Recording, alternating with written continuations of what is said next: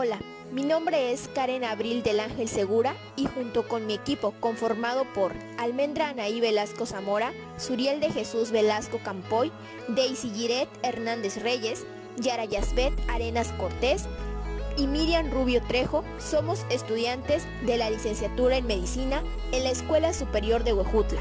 El día de hoy presentaremos una investigación de la materia de bioquímica impartida por la catedrática, la doctora Azucena Eunices Jiménez Corona, acerca de la desnaturalización, purificación y caracterización de las proteínas utilizando las diversas técnicas.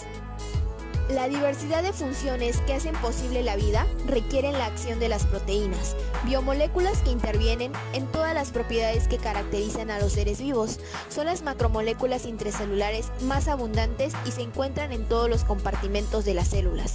Todas las reacciones que involucran transacciones de energía requieren la acción de las proteínas. Gracias a ellas, los seres vivos son capaces de producir miles de moléculas diferentes a partir de fotones solares, elementos y compuestos sencillos como el oxígeno, el nitrógeno, el agua, el amoníaco, el dióxido de carbono y glucosa. Cada una de estas células se sintetiza en el momento preciso y en la cantidad adecuada para que las células se adapten a las condiciones ambientales y se reproduzcan. Pero comencemos desde el principio. ¿Qué son las proteínas? Bueno, las proteínas son cadenas muy largas de aminoácidos, los cuales son moléculas que se caracterizan por tener un grupo amino en un extremo y un ácido carboxilo en el otro. Gracias a estas características, los aminoácidos se unen unos con otros, formando lo que conocemos como enlaces peptídicos.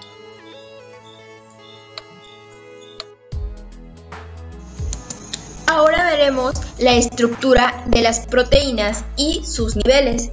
Al analizar la información contenida en la estructura de las proteínas, es posible que nosotros podamos distinguir 4 niveles de organización, que van a ser una estructura primaria, la estructura secundaria, la estructura terciaria y la estructura cuaternaria.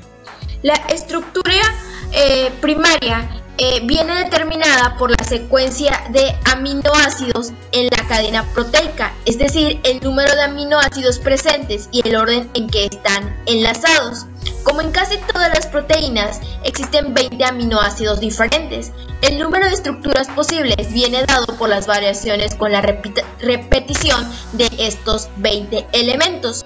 Como consecuencia del establecimiento de los enlaces peptídicos entre los distintos aminoácidos que forman la proteína, se origina una cadena principal o esqueleto a partir de la cual emergen las cadenas laterales de los aminoácidos. Ahora hablaremos de la estructura secundaria. Bueno, la estructura secundaria de las proteínas es el plegamiento que la cadena polipeptídica adopta gracias a la formación de puentes de hidrógeno entre los átomos que forman el enlace peptídico. De esta forma, la cadena polipeptídica es capaz de adoptar conformaciones de menor energía libre y por tanto más estables en la mayoría de proteínas. El camino que sigue a una cadena polipeptídica no es al azar, sino que es prácticamente constante y altamente específico para la estructura y función de cada proteína en particular. A continuación se describen las estructuras regulares más frecuentes de la estructura secundaria. El hélice alfa. En esta estructura, la cadena es una estructura que se mantiene gracias a los enlaces de hidrógeno intercatenarios formando el grupo NH de un enlace peptídico. La hoja beta es cuando la cadena principal de un polipeptídico se estira al máximo y lo que va a permitir que sus enlaces covalentes adopten una configuración espacial denominada estructura beta, que suele presentarse como una flecha. En esta estructura, las cadenas laterales de los aminoácidos se sitúan de forma alternante a la derecha y a la izquierda del esqueleto de la cadena polipeptídica. Bueno, ahora hablaremos de la estructura terciaria. Se le llama estructura terciaria a la disposición tridimensional de todos los átomos que componen la proteína, concepto equiparable al de conformación absoluta en otras moléculas. La estructura terciaria de una proteína es la responsable directa de sus propiedades biológicas, ya que la disposición espacial de los distintos grupos funcionales determina su interacción con los diversos ligandos. Para las proteínas que constan de una sola cadena polipeptídica carecen de estructura cuaternaria. La estructura terciaria es la máxima información estructural que se puede obtener.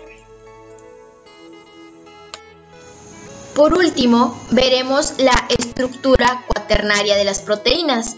Cuando una proteína consta de más de una cadena polipeptídica, es decir, cuando se trata de una proteína oligomérica, decimos que tiene una estructura cuaternaria.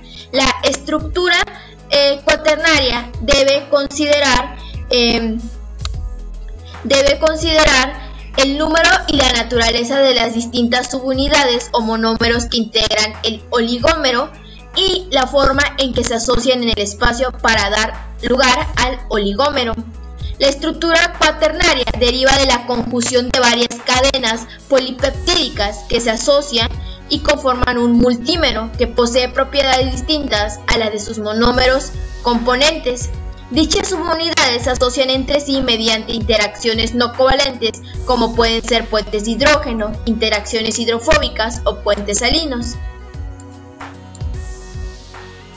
Bueno, en este caso, en nuestra investigación, ahora nos enfocaremos en la purificación y caracterización de las proteínas. Bueno, la caracterización completa de una proteína conlleva a purificarla y determinar sus estructuras primaria, secundaria y terciaria completas. Y si se trata de una proteína multinomérica, su estructura cuaternaria. Por eso es muy importante que nosotros conozcamos la estructura y los niveles de las proteínas. Primero, es necesario que nosotros purifiquemos las proteínas separándolas de otros componentes en mezclas biológicas complejas. Las fuentes de las proteínas normalmente son la sangre o los tejidos o células microbianas como las bacterias y las levaduras. Primero las células o tejidos se rompen mediante troceado u homogenización en disoluciones isotónicas tamponadas normalmente a un pH fisiológico y a 4 grados centígrados para minimizar la desnaturalización de la proteína durante su purificación. Y vamos a conocer diversas técnicas que nos van a llevar a la purificación y desnaturalización de las proteínas, como van a ser la purificación y precipitación de proteínas, la diálisis y ultrificación, la filtración en gel, etc. En este caso nosotros hablaremos de 3 de ellas, las cuales se van a describir a continuación. Hola, mi nombre es Daisy Giret Hernández Reyes y yo voy a continuar con el tema de la cromatografía para la purificación de las proteínas. Hay que saber que la cromatografía va a ser un método en el cual las moléculas se van a separar. Las moléculas o las proteínas se van a separar en base a su tamaño, a su carga o naturaleza antigénica. Hay que saber que existen 3 tipos de cromatografía. Está la de intercambio iónico, que en este método se necesita saber la carga de las proteínas que queremos purificar. También está el método de especificidad, donde en este tenemos que enfocarnos específicamente en los anticuerpos específicos para la purificación. En este caso no es importante saber la carga de las proteínas. Y también tenemos la cromatografía en filtración de gel, que es lo que yo les voy a hablar. En esta filtración de gel tenemos que saber tenemos que mezclar las proteínas con una variante que va a ser los polímeros de gel, donde se van a separar de acuerdo a su tamaño, van a ir entre más pequeñas y más grandes. A continuación les voy a mostrar el ejemplo. Como ya les había mencionado, la cromatografía en gel de filtración se va a basar en la diferencia de tamaño que van a tener las biomoléculas de una mezcla a medida que van a pasar a través de una columna empacada con un medio cromatográfico, el cual normalmente va a ser un gel. Aquí en este caso se puede observar que al introducir la mezcla conteniendo moléculas de 3 tamaños distintos, las moléculas más grandes, que en esta ocasión van a estar representadas por las bolitas de cereal, no van a poder penetrar a los poros. Aquí se ve claramente cómo esas moléculas no pueden penetrar a los poros. Entonces estas moléculas no van a ser retrasadas y van a salir muy rápidamente de esta columna. Así que la concentración de este cereal en la salida se va a incrementar súbitamente. Las moléculas medianas, que en esta ocasión van a estar representadas por las lentejas, van a penetrar con dificultad a los poros de gel y van a ser poco retrasados, ¿ok? Y se van a observar aquí en la salida. Las moléculas más pequeñas, que están representadas con el arroz, estos van a entrar a los poros con mucha facilidad y son muy retrasados, por los que estos sí pueden contenerse aquí en el tubo. De esta forma se ha logrado la separación de la mezcla en 3 fracciones, conteniendo a las 3 moléculas de distinto tamaño. Para continuar con los métodos de purificación y caracterización de proteínas, vamos a hablar de la separación basada en el tamaño mediante la diálisis. Tenemos que las moléculas pequeñas como las sales pueden separarse de una disolución de proteínas mediante la diálisis y la ultrafiltración. La diálisis se va a realizar añadiendo la disolución de proteínas y sal a un tubo de membrana semipermeable, que normalmente puede ser de nitrocelulosa o de colodilón. Este tubo va a ser sumergido a una disolución tamponada diluida, en el cual las moléculas pequeñas van a pasar a través de él y las moléculas proteicas, que son de mayor tamaño, van a quedar retenidas en el tubo. Y bueno, esto va a ser dependiendo del tamaño del poro de la membrana de la diálisis. Y bueno, para realizar este método de manera correcta, pues es necesario una serie de materiales, como lo son pues un tubo de diálisis, que en este caso lo vamos a representar con la botella, que va a tener unos orificios que pues van a representar los poros, y pues el contenido va a ser frijol y arroz, que van a pues a representar nuestras moléculas pequeñas y nuestras moléculas grandes. Y bueno, también vamos a necesitar un recipiente de cristal, que en este caso sería la jarra, y que va a contener la disolución tamponada. También es necesario pues un agitador magnético y una barra de agitación, pero como no contamos con todos estos materiales, pues este procedimiento de agitación lo vamos a realizar de forma manual. Ok, vamos a introducir nuestro tubo de la diálisis, que es la botella, en la disolución tamponada, y pues lo que vamos a hacer es agitarla de esta manera, y vamos a observar cómo pues el arroz va a salir por los poros. Y bueno, aquí esto nos está representando que la proteína queda retenida en el tubo de la diálisis, que pues en este caso sería el frijol, mientras que las sales se van a intercambiar a través de la membrana. Y bueno, se nos dice que este procedimiento es útil para separar el sulfato de amonio u otras sales durante la purificación de la proteína, dado que las sales interferirán en la purificación de las proteínas mediante cromatografía de intercambio iónico.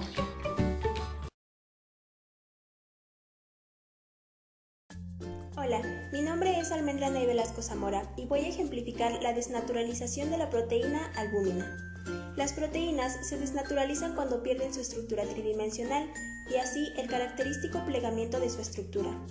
La palabra desnaturalización indica que la estructura se aleja de la forma nativa debido a un importante cambio en su conformación tridimensional.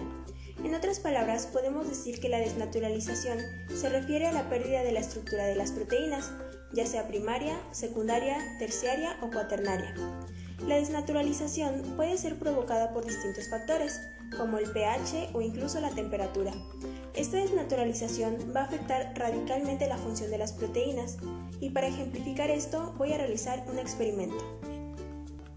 Este ejemplo nos va a ayudar a observar el proceso de desnaturalización de la albúmina contenida en la clara de un huevo. Para esto estaremos utilizando alcohol de uso medicinal, una cuchara y un huevo crudo. Primero separaremos la clara de la yema del huevo, ya que solo estaremos trabajando con la clara. Ahora veremos vertiremos 3 cucharadas de alcohol de uso medicinal en el recipiente junto con la clara.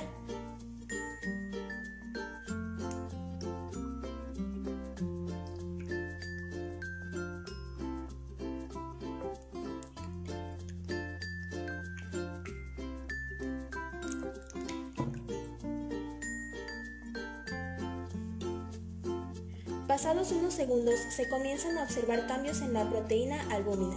Se pueden observar fragmentos de color blanco. Estos cambios en la estructura se deben a la polaridad del solvente que fue el alcohol.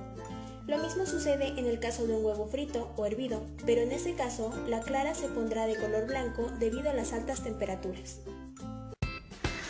Hola, mi nombre es Miriam Rubio Trejo. Continuaremos con el tema de desnaturalización de las proteínas.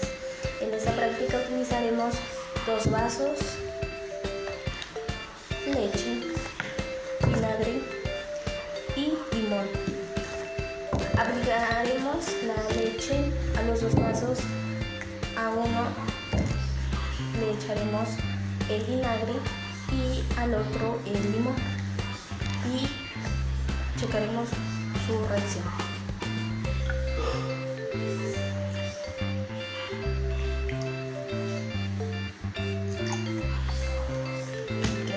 Aplicamos el vinagre a uno de los vasos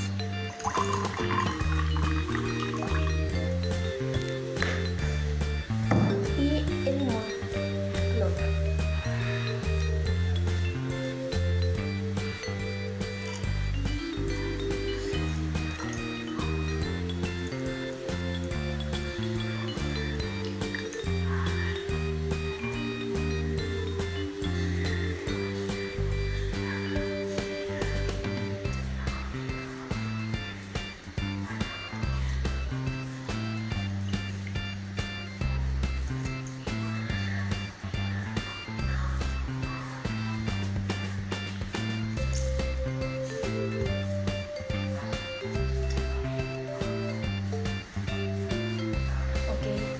Para que no nos confundamos, y esperaremos 10 minutos en lo que hace su efecto. Ok, después de haber pasado los 10 minutos, vamos a hacer las observaciones. Como dato, los agentes que provocan la desnaturalización de una proteína se llaman agentes desnaturalizantes. Estos se distinguen por ser agentes físicos y químicos, detergentes, disolventes, orgánicos, pH, fuerza iónica. Ahora, en este caso, los que hacen el trabajo son en este lado el vinagre y en el otro el limón. ¿Qué vamos a observar? El ácido acético en el vinagre y el ácido cítrico en el limón van a producir la desnaturalización de la proteína que se encuentra en la leche, que es la caseína. Y vamos a observar que la caseína de la leche se precipita en el fondo de los vasos. Y por esto damos como terminado el tema de la desnaturalización de las proteínas. Muchas gracias.